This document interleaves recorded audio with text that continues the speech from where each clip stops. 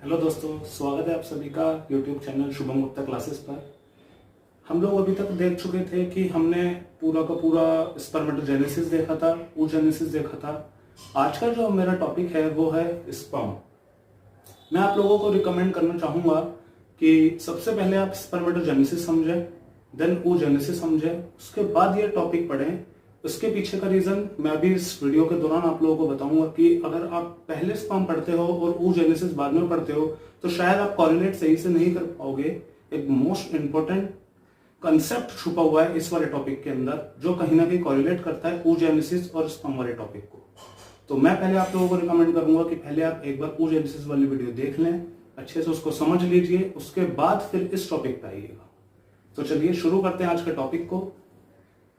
ये आपके सामने एक स्पर्म का डायग्राम है जिसमें आप लोग बहुत अच्छे से जानते हैं कि स्पर्म के अंदर बेसिकली तीन पार्ट्स देखे जाते हैं, दैट इज हेड वाला रीजन, नेक वाला रीजन एंड देन टेल वाला रीजन।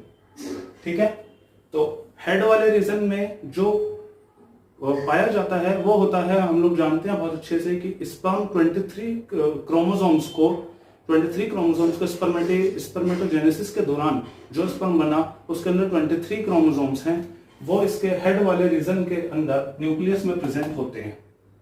हम एक बात अच्छे से जानते हैं कि हेड वाले रीजन में न्यूक्लियस होता है, उस न्यूक्लियस के अंदर 23 क्रोमोसोम्स होते हैं।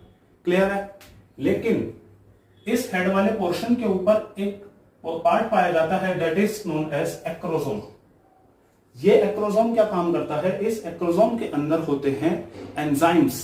ये एंजाइम्स जो सेकेंडरी oocyte हमारा बना था, याद आप लोग प्लीज रिकॉल करिए, oogenesis वाले प्रोसेस के दौरान जो मेटाफेज 2 पर जो सेकेंडरी oocyte ओव्यूलेशन वाली स्टेज पे एमसी साइकिल की जो सेकेंडरी oocyte बाहर आया था फैलोपियन ट्यूब में, उस सेकेंडरी oocyte के चारों तरफ एक लेयर होती है जो उसको प्रोटेक्ट करती है, जिससे कि वो जो ओव्यूलेशन हुआ है तो वो सेकेंडरी oocyte कहीं खराब ना हो जाए। तो इस वजह से वो लेयर उसको चारों तरफ से प्रोटेक्ट करती है। उस लेयर का नाम है जोना पेलुसिडा। ठीक, उस जोना पेलुसिडा के ऊपर और भी लेयर्स होती हैं, कोरोना रेडिएटा, वो सब हम प्रोसेस आगे धीरे धीरे समझेंगे। लेकिन मैं आपको ये बताना चाह रहा हूं कि जो सेकेंडरी oocyte हमने पढ़ा था या जो समझा था, तो वो सेकेंडरी oocyte के ऊपर एक लेयर होती है जोना पेलुसिडा। तो अल्टीमेटली जब ये स्पर्म वेजाइना यूटेरस को क्रॉस करके फैलोपियन ट्यूब में सेकेंडरी oocyte के पास पहुंचेगा, तो उस सबसे पहले जो उसको लेयर मिलेगी वो लेयर्स मिलेंगे जो सेकेंडरी oocyte को प्रोटेक्ट कर रही है। तो उन लेयर्स को बस्ट करने के लिए जो एंजाइम्स की रिक्वायरमेंट होती है वो स्पर्म के हेड के ऊपर होता है, एक्रोसोम वाले रीजन के अंदर। एक्रोसोम वाले रीजन के अंदर जो एंजाइम्स पाए जाते हैं उन सभी को मिला के बोलते हैं स्पर्म लाइसिन एंजाइम। क्लियर? तो एक मोस्ट इंपोर्टेंट एंजाइम जो पाई जाती है आप लोग याद रख सकते हैं, that is zona lysin. That is, मैं साइड में छोटा सा लिखता हूं, जोना लाइसिन एक एंजाइम पाई जाती है जो वर्ड से क्लियर हो रहा है आप लोगों को, जो जोना पेलुसिडा को जाके डिसॉल्व करेगी। ठीक, जैसे ही ये एक्रोसोम के अंदर जो एंजाइम्स हैं वो के लेयर को डिसॉल्व किया, उसके जस्ट बाद ये हेड वाले रीजन के अंदर जो न्यूक्लियस है वो अंदर जाता है। ठीक, सेकेंडरी oocyte के अंदर जाएगा। लेकिन अगर आप लोग रिकॉल कर पा रहे हो तो सेकेंडरी oocyte के अंदर सेकेंडरी oocyte जो जिस स्टेज पर आके रुक गया था वो कौन सी स्टेज है? वो है मेटाफेज 2। तो मेटाफेज 2 वाली स्टेज पे इसका मतलब अभी वो वाली सेल का डिवीजन कंप्लीट नहीं हुआ है, उसकी मियोसिस 2 कंप्लीट नहीं हुई है। तो मियोसिस 2 कंप्लीट ना होने की वजह से जो अभी सेल के अंदर जो न्यूक्लियस है वो न्यूक्लियस इस फॉर्म में नहीं होगा कि ये न्यूक्लियस जाके उसके साथ अटैच हो जाए या इस न्यूक्लियस और उस न्यूक्लियस की फ्यूजन हो जाए, कैरियोगेमी हो जाए। उस कंडीशन वाली स्टेज पे वो नहीं है। वो कौन सी स्टेज पर है? सेकेंडरी oocyte, वो सेकेंडरी oocyte है मेटाफेज 2 वाले स्टेज पे। और अगर आप लोगों को रिकॉल हो रहा हो सेल डिवीजन वाले फेजेस जब हम चैप्टर पढ़ते हैं तो हम ये जानते हैं कि सेल डिवीजन में सबसे पहले इंटरफेस वाली स्टेज आती है। तो इंटरफेस वाली स्टेज के दौरान ही जो न्यूक्लियर और इंटरफेस के बाद जब प्रोफेज 1 वाली स्टेज आती है, तो इंटरफेस वाली स्टेज और जैसे ही प्रोफेज स्टार्ट होता है उस दौरान ही जो न्यूक्लियर मेम्ब्रेन होती है वो डिसॉल्व हो जाती है और न्यूक्लियस का जो सारा मटेरियल होता है वो पूरा साइटोप्लाज्म में सब बिखर जाता है एक तरीके से। तो इसका मतलब अगर न्यूक्लियस का सारा मटेरियल साइटोप्लाज्म के अंदर ही बिखरा हुआ है तो फिर जो हेड वाले रीजन से, जो स्पर्म के हेड वाले रीजन से जो न्यूक्लियस जा रहा है वो अल्टीमेटली फ्यूज नहीं कर पाएगा। वो कब तक का वेट करेगा? जब तक मियोसिस 2 कंप्लीट नहीं हो जाती। तो इट मींस जब जैसे ही एक्रोसोम ने जोना पेलोसिडा के लेयर को डिसॉल्व किया, हेड वाले रीजन में से न्यूक्लियस अंदर गया, देन उसके बाद इस स्पर्म ने एक चीज और कंट्रीब्यूट करी सेकेंडरी oocyte को, जिस वजह से याद रखिएगा, जिस वजह से लाइफ की जो कंटिन्यूटी है वो कंप्लीट हो पाई, या लाइफ की जो कंटिन्यूटी है वो मेंटेन हो पाई। अगर सेकेंडरी oocyte को कहीं से भी सेंट्रियोल नहीं मिलेगा तो इट मींस उसकी डिवीजन कभी भी कंप्लीट नहीं हो पाएगी, और कभी भी अगर उसकी डिवीजन कंप्लीट नहीं होगी तो अल्टीमेटली लाइफ स्टॉप हो जाएगी। तो वो सेंट्रियोल्स को कौन प्रोवाइड करता है? वो सेंट्रियोल प्रोवाइड करता है इस स्पर्म के नेक वाले रीजन में एक सेंट्रियोल पाया जाता है, उस सेंट्रियोल को कहते हैं प्रॉक्सिमल सेंट्रियोल। आप लोग रिकॉल करिए क्लास 11th का chapter number 8 cell the unit of life, उसके अंदर एक टॉपिक है सेंट्रोसोम एंड सेंट्रियोल।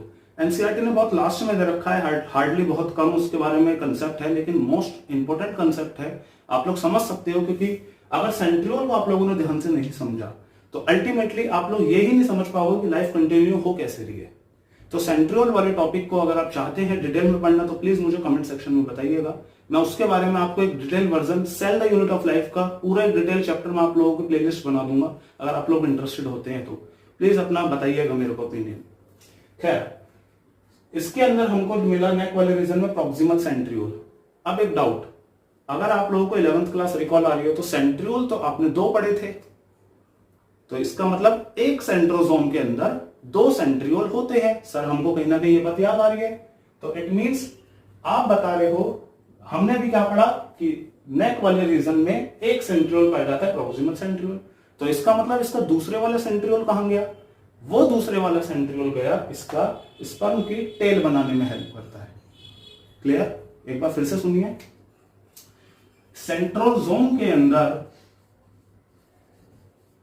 2 सेंट्रियोल होते हैं, तो एक सेंट्रियोल तो ये रहा जो स्पर्म के नेक में बैठा है, प्रॉक्सिमल सेंट्रियोल बोला। इसका जो दूसरे वाला सेंट्रियोल था, एक तो प्रॉक्सिमल सेंट्रियोल है, जो दूसरा सेंट्रियोल था डिस्टल सेंट्रियोल, वो टेल बनाने में हेल्प करता है। इस चीज को एनसीईआरटी बहुत कम लाइंस में लिखती है, लेकिन आपको बिटवीन द लाइंस जाके कंसेप्ट को समझना पड़ता है कि सेंट्रियोल जो है वो प्रॉक्सिमल सेंट्रियोल जाएगा कहां? सेकेंडरी oocyte के अंदर, और अपना डिवीजन करेगा, 1 से 2 बनाएगा, और उसके बाद सेकेंडरी oocyte की मेटाफेज 2 कंप्लीट करने में मदद करेगा, then anaphase 2, telophase 2, ultimately secondary oocyte की मियोसिस डिवीजन कंप्लीट करने में हेल्प करेगा और उसको ओवम में कन्वर्ट करेगा। तो प्रॉक्सिमल सेंट्रियोल ने हेल्प करा लाइफ को कंटिन्यूटी बनाने में, और डिस्टल सेंट्रियोल ने मदद करा इसकी टेल बनाने में। अल्टीमेटली स्पर्म की जो टेल है वो फ्लैजिला से बनती है, और कहीं ना कहीं आपके डिस्टल सेंट्रियोल उसको हेल्प करता है, जो उसको मूवमेंट प्रोवाइड करने में हेल्प करता है। क्लियर? एनसीईआरटी के क्लास 11th में एक टॉपिक और है सीलिया एंड फ्लैजिला, जो आप लोग बहुत आसानी से मिस कर देते हो कि आई थिंक ये टॉपिक लास्ट में दे रखा है तो इसलिए इंपॉर्टेंट नहीं है, लेकिन वो भी मोस्ट इंपॉर्टेंट टॉपिक है। अगर हम लोग ध्यान से देखें, जो सीलिया पाया जाता है, ध्यान से सुनिए, जो सीलिया जो पाए जाते हैं वो फैलोपियन ट्यूब के अंदर हेल्प करते हैं सेकेंडरी oocyte को फैलोपियन ट्यूब से यूटेरस तक पहुंचने में। हम लोग समझेंगे आगे वाला प्रोसेस। और जो एनसीईआरटी में साथ में समझा रखा है सीलिया एंड फ्लैजिला करके, और जो फ्लैजिला वाला पार्ट है वो फ्लैजिला पाया जाता है स्पर्म के टेल में, जो हेल्प करता है उसको मूवमेंट में। तो अगर मैं ये चीज लिख दूं, हेल्प करता है उसको मूवमेंट में। क्लियर हुआ? क्या क्या समझा हमने? एक्रोसोम को देख लिया, हेड वाले रीजन में न्यूक्लियस को समझ लिया, लेकिन वो न्यूक्लियस डायरेक्टली फ्यूज नहीं होगा सेकेंडरी oocyte के साथ, क्योंकि वो अभी मेटाफेज स्टेज पर है, वेट करेगा उसके मियोसिस डिवीजन कंप्लीट होने का। कौन मियोसिस डिवीजन हेल्प करेगा? स्पर्म कंट्रीब्यूट करेगा proximal centriole. Clear? Picture clear? Then next topic, next part जो अपने को देखने को मिला, दैट इज माइटोकॉन्ड्रिया। स्पर्म के मिडल वाले पोर्शन के अंदर, इस मिडल वाले पीस के अंदर माइटोकॉन्ड्रिया देखने को मिला। ये माइटोकॉन्ड्रिया स्पाइरल शेप का होता है, ये शेप आप लोग प्लीज ध्यान रखिएगा, ये स्पाइरल शेप का होता है, मिडल पीस में पाया जाता है, और अल्टीमेटली इसको एनर्जी प्रोवाइड करता है जिससे कि ये मूव कर सके। क्लियर? ये पूरा का पूरा जो प्रोसेस हो रहा है, अगर आप लोगों को ध्यान आ रहा हो तो हमने स्पर्मेटोजेनेसिस वाली वीडियो में एक चीज समझी थी, जब स्पर्मेटिड से स्पर्मेटोजोआ बनता है तो उस दौरान एक प्रोसेस होता है, उसे कहते हैं स्पर्मियोजेनेसिस। आप लोग प्लीज वो वीडियो जाके देखिएगा, आपको पिक्चर पूरी क्लियर हो जाएगी। स्पर्मेटिड से स्पर्मेटोजोआ का बनना कहलाता है स्पर्मियोजेनेसिस। तो जब वो स्पर्मियोजेनेसिस की प्रोसेस हो रही है तो उसी दौरान उसकी टेल वगैरह ये सब चीजें डेवलप होती हैं, और जो सेल होता है स्पर्मेटिड का, उसका का पूरा साइटोप्लाज्म डिसॉल्व हो जाता है। इस वजह से जो जाइगोट बनता है, तो जाइगोट के अंदर जो सेंट्रियोल प्रोवाइड करता है, ध्यान रखिएगा, सेल डिवीजन के दौरान जाइगोट, एम्ब्रियो, पूरे फीटस, अल्टीमेटली जो सेंट्रियोल प्रोवाइड कर रहा है, जिसके थ्रू सेल डिवीजन कंप्लीट हो पाता है किसी सेल का, वो स्पर्म से आता है। और जो साइटोप्लाज्म प्रोवाइड करता है वो मदर का कौन करता है? मदर का ओवम या oocyte करता है। क्लियर? तो ओवम या oocyte साइटोप्लाज्म प्रोवाइड करता है और स्पर्म सेंट्रियोल प्रोवाइड करता है। तो हम लोग जानते हैं क्योंकि स्पर्मेटिड से स्पर्मेटोजोआ के प्रोसेस के दौरान साइटोप्लाज्म पूरा का पूरा डिसॉल्व हो जाता है। क्लियर? तो ये हमारा पूरा टॉपिक था स्पर्म के ऊपर। अपने प्लीज कमेंट सेक्शन में बताइएगा, टॉपिक समझ आया हो तो प्लीज मुझे बताइए कि नेक्स्ट टॉपिक किस पे बनाया जाए। जैसे जैसे आप लोग मेरे को वीडियो कमेंट्स करते जाएंगे, वैसे वैसे मैं नए से नए टॉपिक आपको कंसेप्चुअल क्लैरिटी के साथ आपको प्रोवाइड करता चला रहूंगा। Thank you.